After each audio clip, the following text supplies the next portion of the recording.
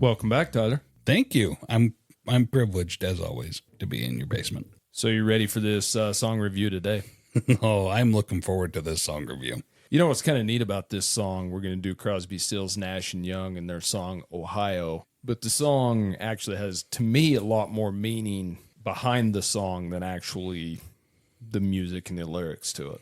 I agree. This is a song that's about excellent subject matter. Let me give you a little history on Crosby, Stills, and Nash / Crosby, Stills, Nash, and Young. They're kind of a folk rock supergroup, I guess you would call them. They were formed in 1968. They consist of David Crosby, asshole. Yes, he is. On vocals and rhythm guitar, Stephen Stills on vocals, rhythm guitar, bass, keyboards, and some percussion. Graham Nash on vocals, keyboards, rhythm guitar, and then, of course, Neil Young joined him a little bit later in 1969 on vocals and guitars. The band is well known for their harmonies. Yeah. That's one of the things that Crosby, Stills, and Nash especially is well known for. Me in particular, I like the band quite well, but I actually think that once Neil Young joined the band, it brought a nice flavor to him and brought the heavier guitar to him that I really enjoy more. Their music, it really does cover multiple genres, from country rock, folk and rock. They have serious political activism in a lot of their lyrics and things, especially in this song we're doing today. A lot of them against the Vietnam War and things like that. And they're not very secretive about a lot of it. It's pretty straightforward. No, they want you to teach the children well. They do. So they sold over 30 million albums worldwide, which isn't too bad. They've recorded 8 studio albums, 5 live albums, 6 compilation albums, and released 19 singles. In the U.S., all 8 of their studio albums were in the top 100. 6 of them hit the top 50, 4 in the top 10, and they actually had Deja Vu that hit number 1. It was also number 1 in Australia and Canada, which that was their first album once Neil Young had joined the group. Not bad, especially considering that this band did not get along. No, there's a lot of history between this band for certain. Yeah, for sure. Yeah, they did have one other live album that hit number 1, their 1971 live album, Four-Way Street. It did hit number 1 in the U.S. as well. So in the UK, in the top 100, they had Deja Vu being their top album. It hit number 5, and Four-Way Street, which was that live album, also hit number 5. 11 of their singles they released were in the top 50. 5 of them went as high as the top 20, but their highest singles were Just a Song Before I Go, which hit number 5 in 1977, and Wasted on the Way, which hit number 2 in 1982. They did not have a number 1 single. Marrakesh Express was really their only noteworthy single. In the UK, it hit number 17, and that's a song I dislike quite heavily. If you go back to our review of their self-titled debut album, you'll hear that. And the only number 1 single they did have anywhere was Southern Cross, and it hit number 1 in Canada in 1982. So I guess they have had a number 1 single, but it was in Canada. Not even Australia. You can't even see the Southern Cross from Canada. That's true. The group broke up in 1970, and they got back together briefly in 1974 as Crosby, Stills, Nash, and Young. But let's be honest, they've broke up hundreds of times. Oh, yeah. These guys are like a relationship that just, Yeah, they weren't meant to be together. You throw David Crosby and even Neil Young in there, and those are just two people that certainly couldn't get along. David Crosby, I don't think, could get along with anyone if he tried. Yeah, this was David Crosby. He's prickles. Yeah, I mean, like I said, there was major problems between him and Neil Young, but there was also major problems between Graham Nash and David Crosby. So, and David Crosby's had problems with a lot of different people. And speaking of David Crosby, he actually died about a year ago in January of 2023. So that pretty much killed any chance of a reunion for the original band. Crosby's the one that looks like Gallagher. Pretty much, yeah. Bald on top, long hair ringed around his head, and a big, thick mustache. Yeah, and there's no doubt about his talent. I mean, that's not something we can even, that's up for debate. It's just so strange to me that you got this band that can't get along that specializes in harmonizing. But between Crosby, Stills, and Nash, Crosby, Stills, Nash, and Young, and all of their solo careers, they have sold about 70 million albums worldwide. So do you want to get to the song review? Yes, let's do it. And now it's time for the song review. Okay, so today we're doing Crosby, Stills, Nash, and Young, Ohio. Now, Ohio was recorded in May of 1970. So this song was written by Neil Young shortly after the May 4th, 1970 Kent State shooting by the National Guard that killed 4 students. I think anyone that knows their history or was around back then and really all the political activism and things that were going on for peace and against the war and things would know something about the Kent State shooting. I'm surprised that they haven't done more like television and movie-wise, more media around this incident. I've seen it on a few documentaries about the 60s and 70s and things like that, but yeah, I haven't seen much about it. You think there would be a good documentary about it. Of course, at the time, the band was touring, but like we spoke earlier, they had a very strained relationship, which was well known to everyone. So during a concert that was in Denver, Colorado on May 12th, a little over a week after the Kent State shootings, they were touring their new album, Deja Vu, which that's the first album, like I said, that Neil Young had been part of the band. And Stephen Stills actually told the audience, if the Army guys show up, just get out of the way. Yeah. So, I mean, it was still fresh. They thought... half joking, half not. Yeah, that's the thing is I don't know how much joking it truly was, because this was realism at the time. But by the end of that first concert, they had a troubled sound system, they're given all kinds of problems, and it really mirrored the relationship problems between the band members. Neil Young threw his guitar down and walked off stage before the final song, and the band just decided they were done with the tour. This is bullshit, we're done. The band actually faced the threat of a lawsuit because of this, from all the concert promoters. And so they decided that they better get back together and keep touring. Yeah, if you're going to say that you're going to do a tour and people put a lot of money into promoting you, then they're going to want that money compensated. So you've got David Crosby, he was over at Neil Young's house when the Life magazine edition came out showing pictures of the people that had been shot at Kent State in Ohio. And Neil Young turned away after seeing those images, and he basically began piecing together this song, Ohio. And Crosby followed that up by working out a harmony to go along with it, which that's one thing Crosby was amazing at, his harmonies. The whole band was, let's be honest. Yeah, for being a dick, he really had some talent there. Yeah. When they're finished, David Crosby called Graham Nash and told him to book a recording studio as soon as possible, telling him, you're not going to believe this song that Neil's just written. It's an amazing song. We need to get this thing recorded down. Crosby was obviously, as we've already said plenty of times, the most disruptive member in the band. But Graham Nash and Stephen Stills, really caught the excitement of this and agreed to meet at the studio to get this thing put on tape. And the thing about Ohio, which is kind of really strange, is it's different from the whole style of the band. And I think a lot of that's Neil Young coming in because, like I stated earlier, that's what I like is Neil Young brings in that guitar flavor, a little heavier than some of the acoustic you get like on their first album. I really like how he brings that in, but it is a different style and is written about a specific topic of current events, which was a little bit different, but they did have a lot of things to say out against the war and the goings on. So the B-side to Ohio was Find the Cost of Freedom.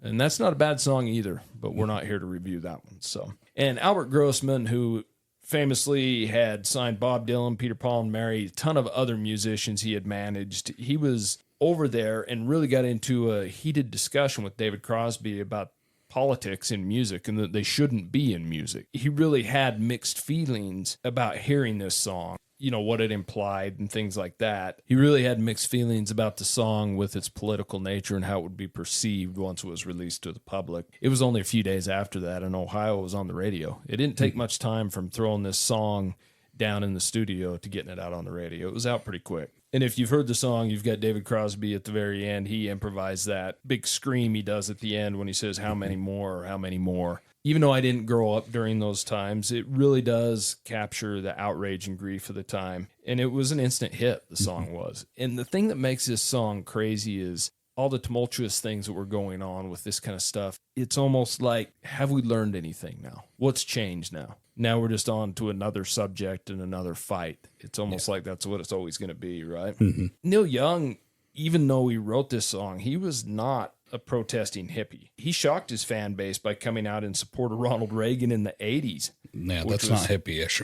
No, which was kind of crazy. But, I think where he was so outraged by the incident that happened at Kent State, this protest song is certainly sincere and from his heart. I think that's why it became so popular. I think that's why a lot of songs become popular is when they're really from the heart and really truthful about something, But this song, it only hit number 14 on the Billboard charts, but it was a success, and especially how quickly it was written, recorded, and released. And you've got a guy named Alan Canfora. He was one of the students who was shot, And he actually related his personal account. Let me read you something for that. On May 4th, 1970, I was waving a black protest flag as a symbol of my anger and despair, 10 days after I attended the funeral of my 19-year-old friend killed in Vietnam. I was about 250 feet away from the kneeling, aiming guardsmen from Troop G, the death squad, minutes before they marched away up on hillside. They fired 67 shots from the hilltop during 13 seconds of deadly gunfire, mostly from powerful M1 rifles. I was shot through my right wrist. I survived because I jumped behind the only tree in direct line of gunfire. About a week later, I was riding in the Ohio countryside and other Kent State Massacre survivors when WMMS radio played the song Ohio for the first time. We were deeply moved and inspired by that great anti-war anthem. In Ohio, the funny thing about the song is they banned it on AM radio stations. I can see why. And see, I don't see why. Because it was so upsetting. Yeah, but it's so truthful. I don't even see anything behind it that should be upsetting. It's almost like telling what happened, screaming outrage over it. Yeah, this shooting incident, like you had a bunch of protesters at Kent State, just, students, activists who were out there saying, look, we don't want Vietnam. And the National Guard was called out because, well, these protesters had gotten a little crazy and forceful and setting fire to the ROTC building on campus and such. Then the National Guardsmen, like they said, they lined up, first row kneeling, second row behind them standing, and they, I don't know who started the firing, but for 13 seconds, they shot 67 rounds into the crowd, and some of them over the crowd. But the thing is they were on the high ground, so they're not necessarily trying to shoot into the crowd, but they're just trying to get warning shots, scare them a little, shoot over the crowd. But what's over the crowd? They're not really paying attention to what's behind them. In fact, there was a student that was trying to get into his car, was shot in the back, paralyzed from that incident. He was just trying to go home, just a student on his way home. Real sad incident. Yeah, it is. And it's a good song. Well, let's get to the song. We've kind of told the history of it. What are your thoughts on the song? So the song itself is, it's one that I'd heard before. I didn't really know it until it started with the electric guitar opening. And Neil Young really brings that electric guitar in. Yeah, it's really good. And then the drums join in, and it's got a bit of a march to it. And that keeps it rolling. And Neil Young, very talented writer, putting this down together. As far as the way that the song rolls out, listening to the lyrics and what they're saying about 4 dead in Ohio, that 10 soldiers are all lined up, Nixon's coming. It's pretty clear what they're saying. Yeah, 4 dead in Ohio. The soldiers are there to gun us down. There's a lot of real powerful imagery. Yeah, the imagery like, what if you knew her and found her dead on the ground? Yeah. So you're getting the imagery from all sides of it. And I think that's from the disturbing pictures from Life magazine. They didn't hold it back. They didn't edit it. They're in black and white, but it's a girl lying dead on the ground, face down, and her friends behind her or beside her lifeless body there. He's like, yeah, what would you think if it was your friend? Very poignant. The vocals on this, they're not the cleanest. And I think that's part of what makes it such a powerful song. There's a little, it doesn't quite match up when they're trying to harmonize compared to when Neil Young is singing the raw lyrics. They're so full of passion and grief. And then they start harmony, gotta get down to it. And they're doing that Crosby, Stills, Nash and Young harmonizing that they're so famous for. I thought it was a little strange. Didn't really match to me. What are your thoughts on the song? Well, contrary to what you say, I actually like the vocals on it. Neil Young's got a strange voice, there's no doubt about it, but he falls into that category of people like Bob Dylan and Tom Petty and those kind of guys where their voice is a little different, but that's what makes it good. Yeah, I think, signature, right? Yeah, and I really like Neil Young's music when it's rockers. I really like his rockers. Yeah, Neil Young, I had no idea if he was a boy or a girl until probably about 4 or 5 years ago. Just from his voice, you mean? Yeah, just from his voice. I had no idea if he was a boy or a girl. I really like the guitar intro. I mean, that's what does. If you've listened to this podcast before, you know guitar is what does it for me most of the time, and I really like that brought into this. But then you have the Neil Young voice, which adds different element to Crosby, Stills, and Nash and Young. But then you still got the harmony in the backgrounds and stuff, so it's pretty decent. I thought it had a decent bass line. The drums are maybe a little tinny in it, but not bad. Decent little guitar solo middle way through, and it has kind of neat little licks on that you hear through the whole song, which I really like. It's a short song, just barely over 3 minutes.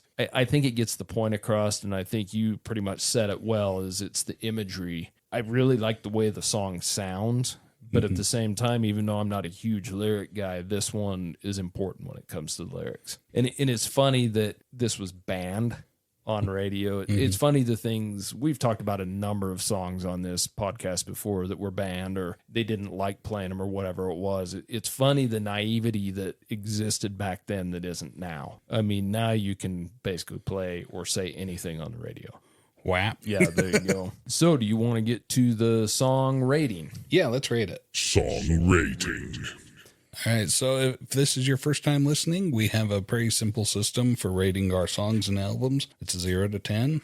0, we hate it. 10, we love it. We're going to go buy the song or the album or whatever. So that being said, I'm going to put this single as a 7. And I think with Crosby, Stills, Nash & Young is not really my cup of tea when it comes to a band or a group, but I give it a 7 just because of the subject material that Neil Young really captured it. His writing, his putting this song together, the story around this song, it bumped it at least 2 points for me. I'd probably put it as a 5 just listening to the radio, but I'm bumping it 2 points up just because of the story behind how the song came together. The subject material is super important. The Kent State shooting is something that should live in infamy forever, just like the Pearl Harbor and other horrible events like 9/11 in our history. The Kent State shooting's that important, I think. What rating do you give it, Justin? I've always liked Ohio as a song. I mean, just even musically, I think it's a pretty powerful song. But I think it's one that makes me listen to the lyrics and think of what they're about, and all that imagery comes flooding every time I hear it. So it's a pretty important song all the way around. I rate this song an 8, and it's one for me that's a classic song but doesn't get overplayed too much either. True. I listen to a lot of classic rock radio. I have a lot of playlists on Spotify. I listen to a lot of albums, obviously, and I don't hear this song that much. So every time I hear it, I really like the guitar in it. I really like the music, and I like the imagery. So good song. Yeah, it's got good elements. And I've heard this song on the radio. This is a song I've heard before. But I'm not so familiar with it that I knew this song before we listened to it. I hadn't been able to understand the lyrics because that harmonizing sometimes meshes the words on me, so I can't quite make out what they're saying. But I read through the lyrics while we were listening to it, and boy, powerful writing. So that's Ohio by Crosby, Stills, Nash & Young, and let us know what you think. Reach out to us at classicvinylpodcast@gmail.com. And like always, we appreciate you listening, and until next time, we'll see you later. See ya. Thank you so much for listening to Classic Vinyl Podcast. And don't forget to subscribe on Spotify or Apple Podcasts or wherever you listen to your podcasts. Follow us on Instagram at Classic Vinyl Podcast for updates, and also share us with your music-loving friends.